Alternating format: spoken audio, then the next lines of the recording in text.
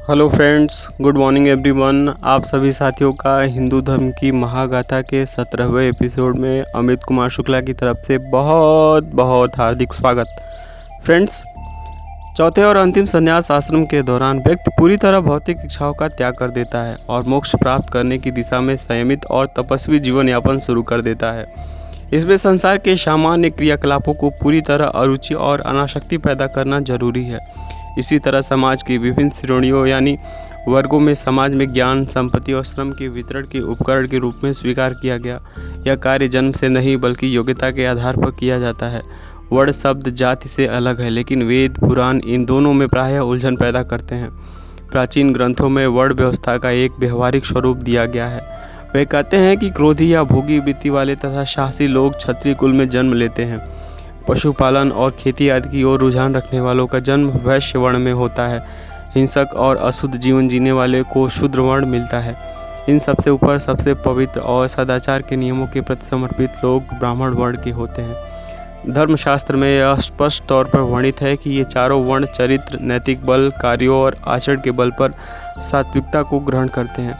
इसलिए इनके बीच ठोस तरीके से भेद करना मुश्किल है। इस तरह के संदर्भ मिलते हैं जो बताते हैं कि शूद्र द्वारा पकाया भोजन ग्रहण करने पर कोई पाबंदी नहीं है। इसी के साथ व्यवसाय या धर्म या अंतर्जातीय विवाह को लेकर भी किसी तरह का कोई निषेध नहीं बताया गया। प्राचीन ग्रंथों और पुराणों में ऐसे अनेक उदाहरण हैं जहाँ परिवार में पैदा हुए लोग बुद्धिमान हुए और उन्होंने समाज के महत्वपूर्ण योगदान दिया। किताबों में ऐसे अनेक उदाहरण हैं। स्कंद पुराण का एक श्लोक वर्णों के बीच इस रूपांतरण को बहुत अच्छी तरह परिभाषित करता है। व्यक्ति जन्म से शूद्र होता है, वह संस्कार के कारण ब्राह्मण कहलाता है। श्राप और वरदान देने की क्षमता, रुष्ट और प्रसन्न होने की अवस्था तथा तीनों लोकों में सबसे आगे रहने का गुण केवल ब्राह्मण में पाया जाता है। जीवन मूल्य और अध्यात्म के संदर्भ में वेदों को सर्वोच्च माना गया है, क्योंकि कहा जाता है कि इस ज्ञान को स्वयं ईश्वर ने ऋषि मुनियों को प्रदान किया। इन्हें फिर बाद में श्रुति रूप में संग्रहित किया गया। इसका श्रेय जिन ऋषियों को जाता है उन्हें मंत्र दृष्टा कहते हैं। इन्होंने स्वयं ईश्वर में दृष्टि द्वारा मंत्रों की प्राप्ति हुई थी। हमारे 4 वेद हैं। ऋग का अर्थ है श्लोक, यजुर यानी गद्य, साम यानी गीत और अथर्व का अर्थ है तपस्वी। ऋग्वेद में मुख्य रूप से ऋचाएँ हैं। यजुर्वेद पूरी तरह गद्य रूप में है। सामवेद गीतों पर आधारित है, जिसमें ऋग्वेद के ही शब्द हैं। अथर्ववेद तीनों वेदों के तत्व को मिलाकर बना है। वेदों के 4 और वर्गीकरण हैं, जिन्हें संहिता, ब्राह्मण, आरण्यक और उपनिषद कहा जाता है।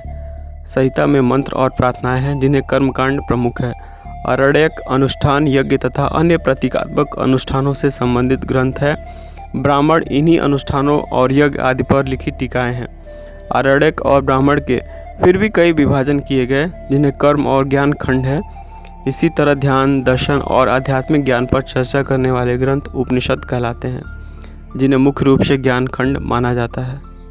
उपनिषद गंगा, अर्थशास्त्रम, आयुर्वेद, गंधर्व वेद और धनुर्वेद 4 वेदों से संबंधित होने के कारण उपवेद कहलाते हैं।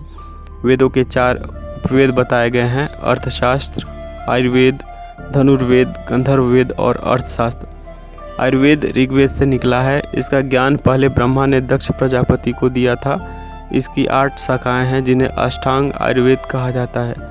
काया चिकित्सा आयुर्वेद की एक शाखा कहलाती है, जो आत्मा, मस्तिष्क और शरीर से संबंधित है। मनोदैहिक सिद्धांत मानता है कि शरीर में किसी भी बीमारी को मस्तिष्क ठीक कर सकता है। इसका विपरीत भी सत्य है। शालक्य तंत्र कान, नाक और गले की बीमारियों से संबंधित है। विषगर वैरोध तंत्र जल और वायु प्रदूषण समेत पशु, पक्षियों, सब्जियों की विषाक्तता और कुछ अन्य बीमारियों से भी संबंधित है।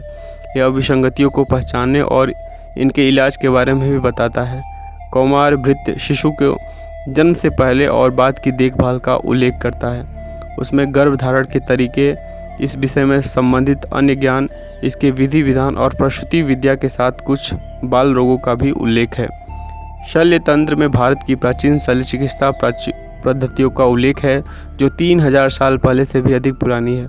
यह जानकारी आगे चलकर दुनिया भर में मिस्र, यूनान, रोम आदि इलाकों में प्रचारित की गई थी।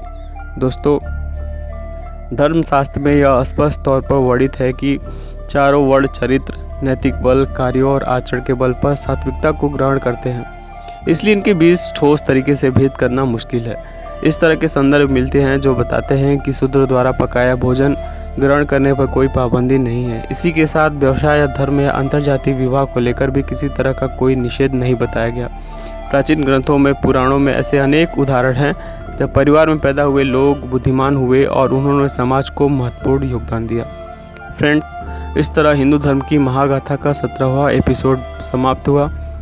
आप सभी को बहुत बहुत धन्यवाद।